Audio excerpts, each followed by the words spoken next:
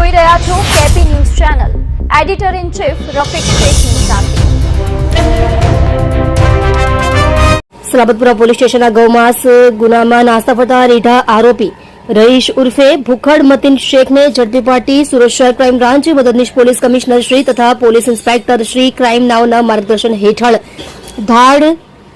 લૂંટ સ્કોડની ટીમ અલગ અલગ પોલીસ સ્ટેશનોમાંથી ગંભીર પ્રકારના ગુનામાં નાસ્તા ફરતા આરોપીઓની માહિતી એકત્રિત કરી ટેકનિકલ સર્વેલન્સ તેમજ હ્યુમન ઇન્ટેલિજન્સ મારફતે વર્કઆઉટ કરી રહેલ હતા. તે દરમિયાન મળેલ આધારભૂત બાતમી હકીકતના આધારે ડિંડોલી ઇકલેરા રોડ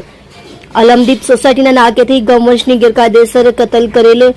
ગૌમાંસના ગુનામાં નાસ્તા ફરતા રીઢા આરોપી રહીશ ઉર્ફે ભૂખડ મતીન શેખ ઉંમર વર્ષ 50 ધંધો ખાટકી રહે ઘર નંબર 5 ગુલશન નગર ऊन पाटिया भिंडी बाजार भैंसतान सूरत मूल रहे नागजीरा मोहल्ला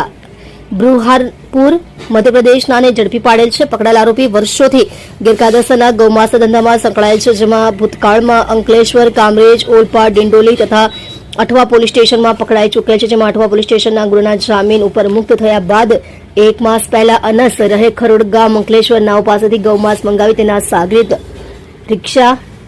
ડ્રાઈવર રઉફ નબી શેખ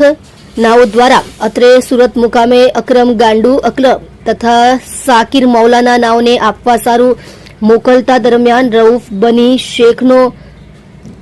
ગૌમાંસ સાથે પકડાઈ જતા મજકૂર આજ દિન સુધી પોતાની ધરપકડ ટાળવા સારું નાસ્તો ફરતો ફરી રહેલ હતો. તમે જોઈ રહ્યા છો કેપી ન્યૂઝ ચેનલ રફીક શેખની સાથે.